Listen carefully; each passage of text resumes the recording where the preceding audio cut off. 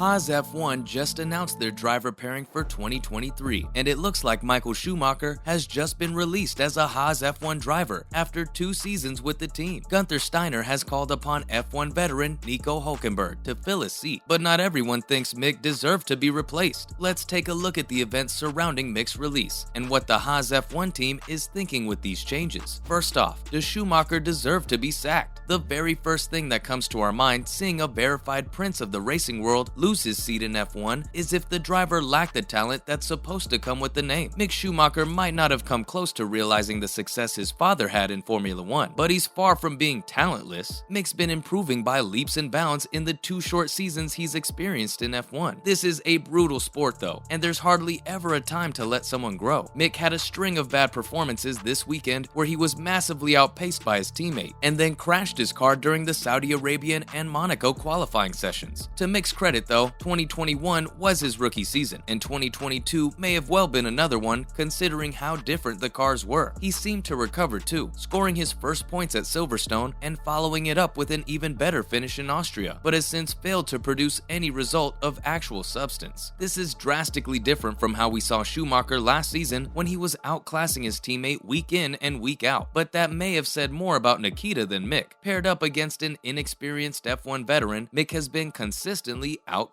Additionally, why was Kevin Magnussen retained? If Guenther Steiner wanted to change up his driver's lineup so badly, why not retain the younger driver who has a racing pedigree, solid sponsors, and is clearly talented? Because the numbers just don't add up. Magnussen has been killing it this year, turning his return to F1 into his strongest season ever. K-Mag has finished in the top 10 6 times this season, with his highest finish as 5th in the season opener. That's more than impressive if you factor in the 5 DNFs he's faced. When he's finishing the race, he's scoring points around 40% of the time in a backmarker car. Even in qualifying, he's proved to be faster than Schumacher more often than not, and is easily the pick of the 2 drivers in 2022. In fact, no driver has done this well for Haas for quite a few years now, and it makes sense for Steiner to want a driver that's produced some of Haas F1's best results to be part of this shifting tide in the team's fortunes. Let's talk about why Ralf thinks it's personal. So if there seems to be such solid reasoning for changing up the driver pairing, why does Mick Schumacher feel his nephew is being unfairly disposed of his post? He feels Guenther Steiner isn't comfortable having a presence as strong as Schumacher on his team because it takes away from Steiner's own spotlight. According to Ralf, Haas is a one-man show, and that man must always be Guenther Steiner because of his father and his family's legacy. Mick demands attention wherever he goes in the sport, through no fault or desire of his own, that is. It's only natural, but Ralf believes it bothered Steiner so much he decided to sack his nephew. There hasn't been much animosity between Steiner and Mick in the past, so if this is true, it's a surprise for us. Finally, what a Nico and Kevin pairing represents for Haas. Haas F1 has been doing better than anyone could have expected them to do this year. They had a rocky season previously with how inconsistent and problematic Nikita Mazepin was as a driver, and how stressful of a sponsor Uralkali had become. It forced them to start the season with 2 rookies and a lot of work needed to develop their car. For 2023, they have taken a completely different direction by valuing experience over youth for the long-term development of their car and team. Schumacher was having some good moments here and there in qualifying and on Sunday in 2021, but there wasn't much to write home about. Cue the cutting of Uralkali and rookie Mazepin from the Haas dugout, and enter F1 veteran K-Mag. Magnussen had a wealth of driving experience with McLaren and Renault, as well as years with Haas themselves, and it brought dividends looking at how well he's done this year. Even though Mick has been driving for a couple of seasons now and has shown tremendous growth, Haas may just want a pair of drivers that are incredibly experienced. They get just that by signing Nico Hülkenberg. Paired with Kevin, the Haas pair has over 320 race starts between them, which they can use to maybe push Haas closer to the middle of the pack than the back, but also guide the engineers to more effective utilization of the technical changes being made to F1. That's not all Ralf had to say recently about the world of F1. He also had a fair bit to say about Ferrari, specifically their strategy decisions in the Brazilian Grand Prix. Let's take a look. Ralf Schumacher: if it stays like this, I see little hope for Ferrari. Firstly, why has the Scarlet Scuderia upset Ralf so much? Interlagos can be a pretty interesting track when it gets wet, and fans were treated to mixed conditions during final qualifying that required careful planning in the pits. Keeping their record of questionable strategic decisions in 2022 alive, Ferrari decided to run different plans for both of their drivers. Carlos Sainz went out on the slick tires in hopes of the track drying up quickly, while Leclerc was sent out on the intermediate tires in case conditions were wet. The Monegasque got the short end of the strategy and ended up last in the all-important Q3, forcing Charles to start at P10 and going into another recovery drive. But the bad luck didn't stop there. Charles spun during the race too, but still managed to finish the race higher than anyone thought possible, at P4. Ralf was incredibly frustrated at the lazy and indecisive attitude strategists seem to have in the Ferrari dugout this year, and pointed out to Sky Sports that they keep making mistakes in crucial situations, or manage to completely bungle sure-shot victories. If done consistently, the consequences for a team can be pretty huge. Moving on, Ferrari could have challenged for the title this year. The Ferrari F175 is fast. The Scarlet engineers outdid themselves when it came to pure speed around the corner. Their efforts paid dividends in qualifying, with Leclerc taking pole position 9 times and Sainz managing another 3. This makes Ferrari the fastest car on a single lap, and it might be because strategists have little to no role on Saturday. Ralf pointed out the immense potential Ferrari had this year. It didn't just look like they would challenge Red Bull for the title. It looked like Charles was going to beat Max for the Drivers' Championship. They could have been well on their way to winning the Constructors' Championship as well, considering Carlos has felt like the better driver between himself and Red Bull number 2 Sergio Perez this year. Carlos is behind on points, thank you strategists, but consistently qualifies better than Perez, churns out more exciting drives, and is closer in performance to his teammate than Perez is to Max. Let's take a deeper look into what exactly Ferrari is doing wrong with their strategy. Finally, Ferrari struggles with strategy. Winning the season opener and scoring double podiums in the first 2 races turned out to be a bit of a false alarm for Ferrari fans. F1 has changed considerably in the past few years, and the seasons are much longer, meaning reliability is as key a factor as speed. When Leclerc and Sainz both experienced engine failures in Spain, with Charles retiring while he was 10 seconds ahead of the field, it became clear the Ferrari is fragile. More DNFs and points lost due to grid penalties given for replacement engine parts accumulated to make a title challenge impossible for Charles. But what about the Constructors' Championship? That's an even worse situation. On days the drivers are dialed into the track, while the car seems fast and stable, Ferrari has managed to completely bungle things for their drivers. The recent Brazilian debacle was only one example, but what stands out for us is the Monaco Grand Prix. Leclerc qualified on pole position, something that is considered 75% of the victory at Monaco because of the difficulties in overtaking, but Ferrari called Charles in for such a horrible pit stop that he couldn't even manage to get on the podium. Double DNFs in Azerbaijan made it worse, while refusing to put Leclerc under a safety car during Silverstone, while everyone behind him stopped once again, cost him a victory. All considered, Ferrari has dropped over 180 points this season for both drivers combined due to poor strategy calls. That's a wrap for this video. Charles has shown that he has a very solid pace, but do you think Ferrari can get their head straight for next season? And is Schumacher going to find his way back to an F1 seat? Let us know in the comments below. If you enjoyed the video and want more of the same, hit the like button and subscribe to the channel. Thanks for watching, and we'll see you next time.